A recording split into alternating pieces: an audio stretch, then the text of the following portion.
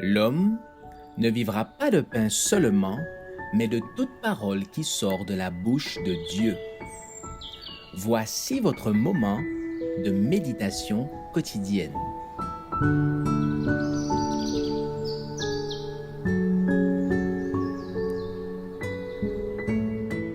Avec Dieu chaque jour.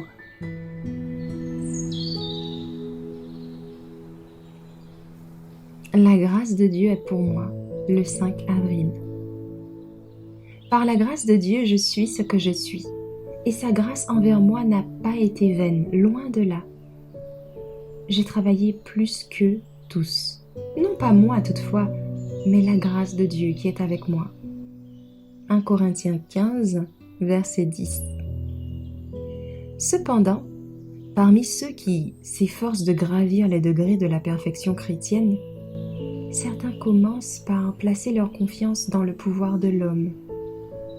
Ainsi, ils perdent bientôt de vue Jésus, l'auteur et le consommateur de la foi. Et ils échouent dans leur entreprise, frustrés de tout ce qu'ils avaient gagné. Quelle est triste la condition de ceux qui, lassés par les difficultés de la route, permettent à l'ennemi des âmes de leur ravir les grâces spirituelles qui s'étaient développées en eux. L'amour de Dieu, répandu dans l'âme, se manifestera dans la vie, harmonisant les fonctions intellectuelles et les sentiments. L'enfant de Dieu n'est satisfait que lorsqu'il est revêtu de la justice du Christ et soutenu par sa puissance vivifiante. Quand il se découvre un défaut de caractère, il ne se contente pas de le confesser encore et toujours. Il s'efforce résolument et énergiquement de le surmonter en cultivant la qualité contraire.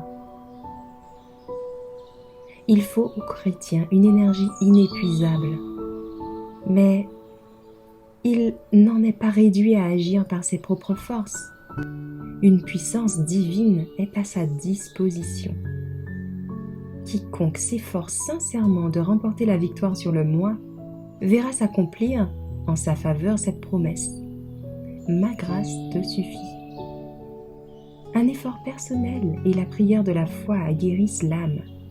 De jour en jour, le caractère ressemble davantage à celui du Christ.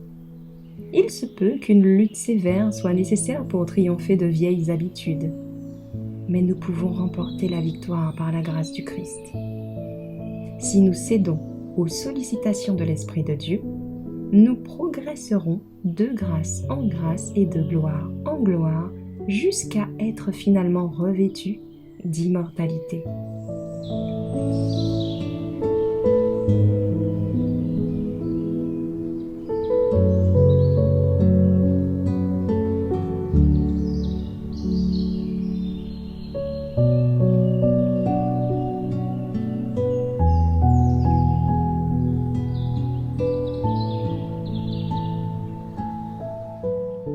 Merci d'avoir écouté cette présentation.